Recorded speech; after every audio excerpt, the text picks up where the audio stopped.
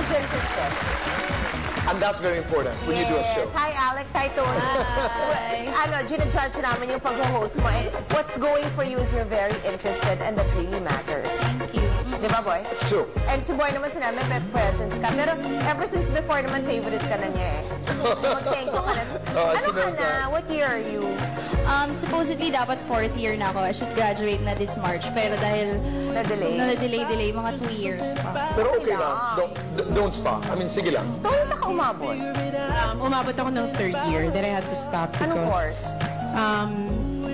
Mass comm ako, then yung nag-stop ako, AD English. Ba't hindi ka na lang mag-ano? Di ba meron yung mga correspondence?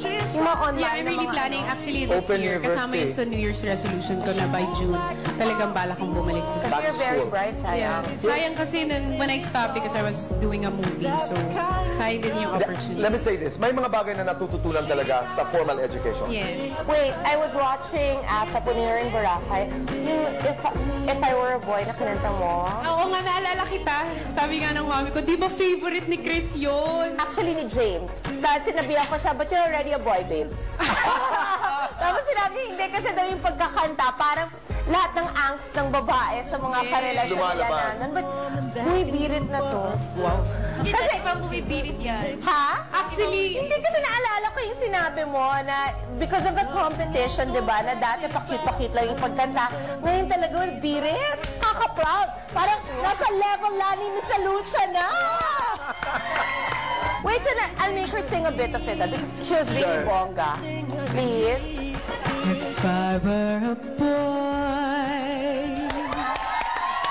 even just for a day, I'd roll out of bed in the morning and throw them what I wanted and go drink beer with the guys and chase after girls. I'd kick it with who I wanted and I never get confronted for it, 'cause they stick up for me. If I were a boy, I think I could understand how it feels to love a girl. I swear I'd be a better man. Wait.